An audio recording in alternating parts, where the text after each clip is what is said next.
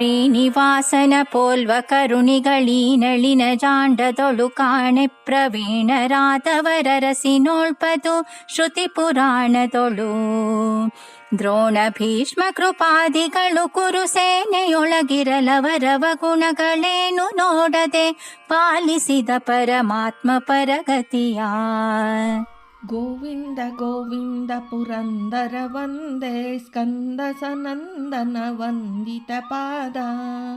ವಿಷ್ಣು ಸೃಜಿಷ್ಣು ಗೃಸಿಷ್ಣು ವಿವಂದೇ ಕೃಷ್ಣ ಸದುಷ್ಣವಧಿಷ್ಣ ಸೃದುಷ್ಣೋ.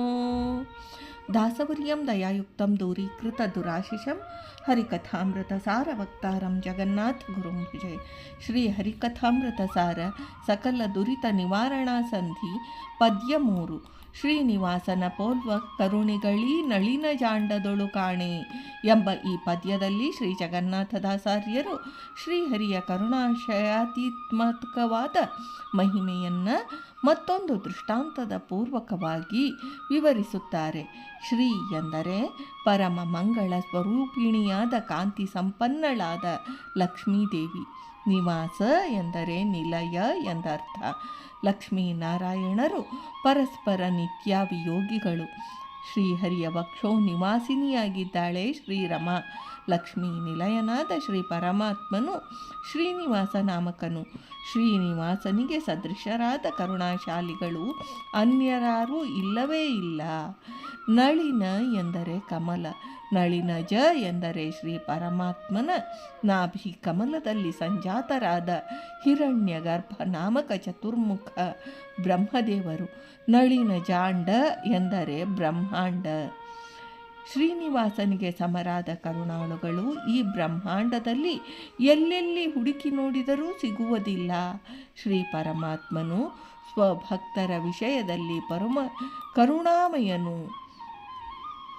ಕುಶಲರಾದ ಬ್ರಹ್ಮಜ್ಞಾನಿಗಳು ಪ್ರವೀಣರು. ಅಂತಹ ಪ್ರವೀಣರು ಸಕಲ ವೇದ ರಾಶಿಗಳಲ್ಲಿ, ಶ್ರುತಿ ಪುರಾಣಗಳಲ್ಲಿ ಮತ್ತು ಇತಿಹಾಸಗಳಲ್ಲಿ ಎಲ್ಲೆಲ್ಲಿ ಅರಸಿ ನೋಡಿದರೂ ಶ್ರೀನಿವಾಸನ ಪೋಲ್ವ ಕರುಣಾಳುಗಳು ಮತ್ತೊಬ್ಬರು ಸಿಗುವುದೇ ಇಲ್ಲ.